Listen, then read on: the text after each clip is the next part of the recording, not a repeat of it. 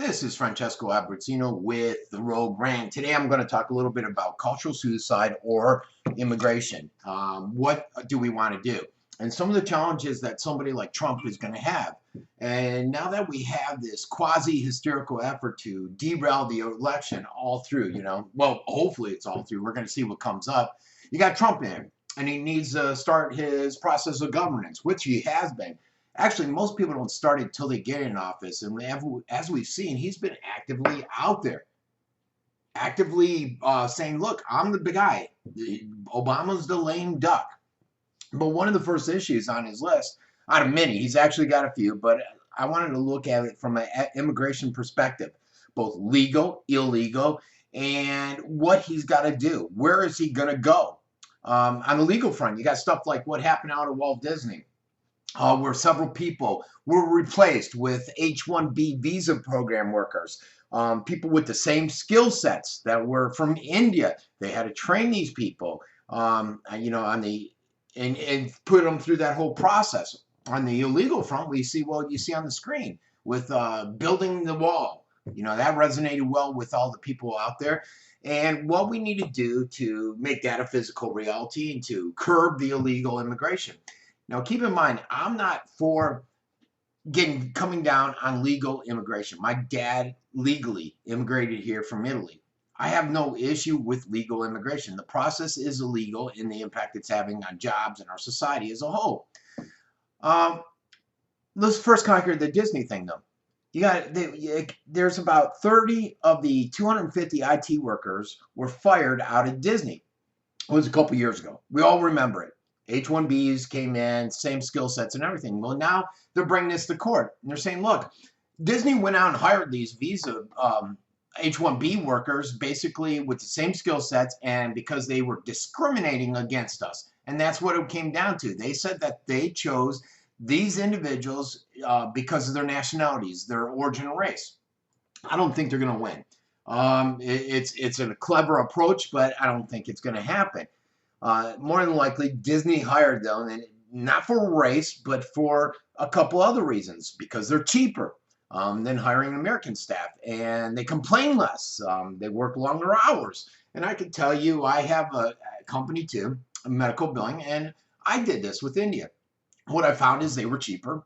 They didn't complain. You didn't have to deal with a lot of the tomfoolery. They wanted to work.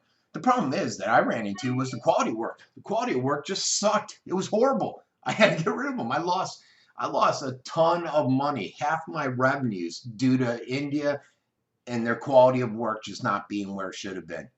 And that's what a lot of us face, and we found out the hard way. So you got Barack Obama. He's in his last days, and he's going crazy. We all know about Israel and everything else.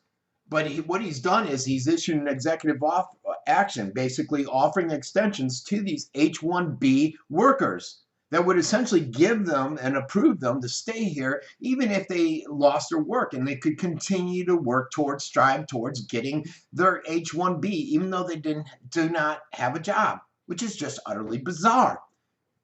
And this is obviously a transparent way to try to bypass the visa caps that are put out there, ones that have been out there and established by the Immigration Nationality Act.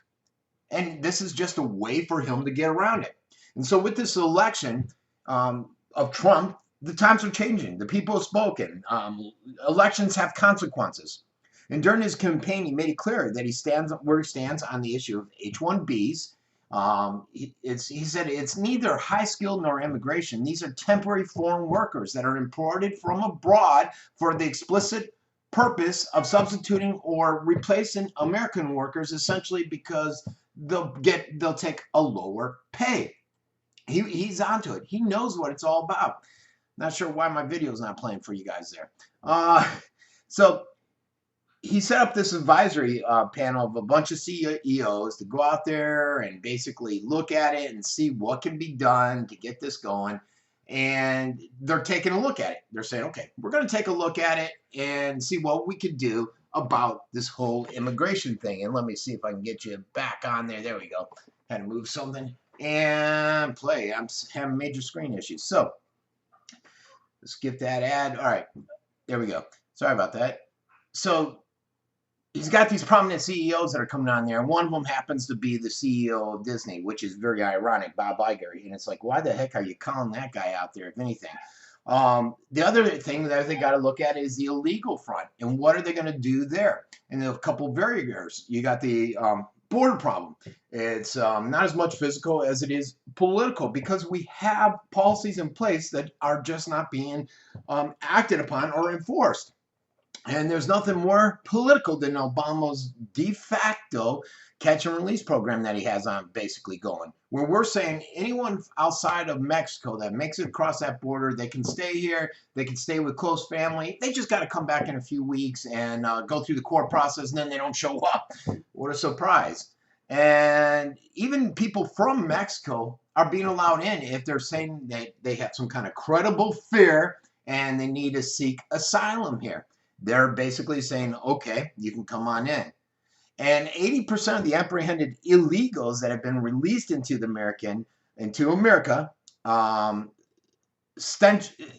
basically have never come back. They're saying, that's fine, we'll show up for the court dates, but we're not going to appear, which is causing a major issue within the society. You know, why even catch them? Why not just let them walk through? There are some policies we can do. Crack down on those who are overstaying their visas. We don't do that right now. I know they do in Italy. When I was there on my visa, they crack down, they monitor it closely. Don't let people overstay. You know, as much as half of the illegal population has overstayed their visas. Crack down on it. Again, it's all political. Trump has to come in. He has to get his State Department and his DHS to enforce the immigration laws that are out there that Obama's administration seems to be ignoring or trying to undermine. We have the Secure Fence Act of 2006. That can be completed. You can start to expand upon your fence. The band-aids are already out there.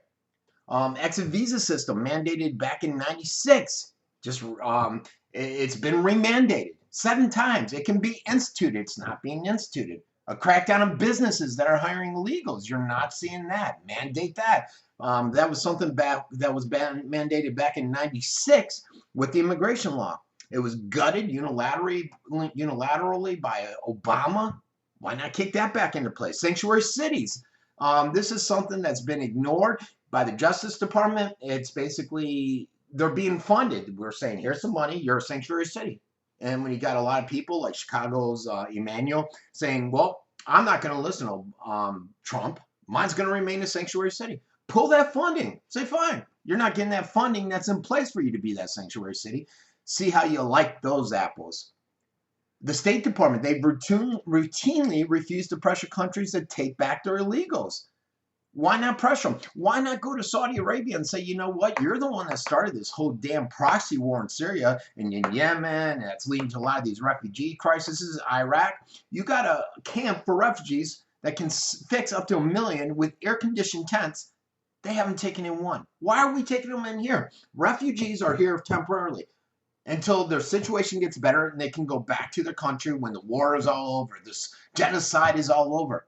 But that's not happening. They're staying here, so they're not truly refugees. If they're refugees, why not keep them in a culture that they're used to over in Syria or any of these other countries that aren't taking them in until they can go back into Syria?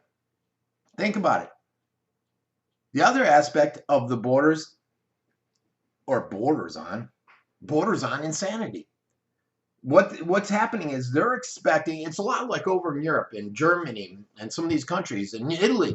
What they're expecting is Americans to endure what they deem reasonable level of general lawlessness.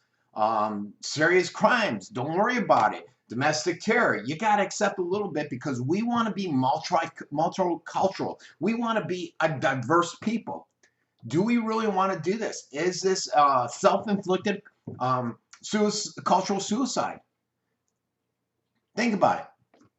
Defensible borders, economic stability. That's what we need to still, Trump's line, make America great again. And we need to embrace that. That's what the voters came out for. The two of the driving things were immigration and Obamacare.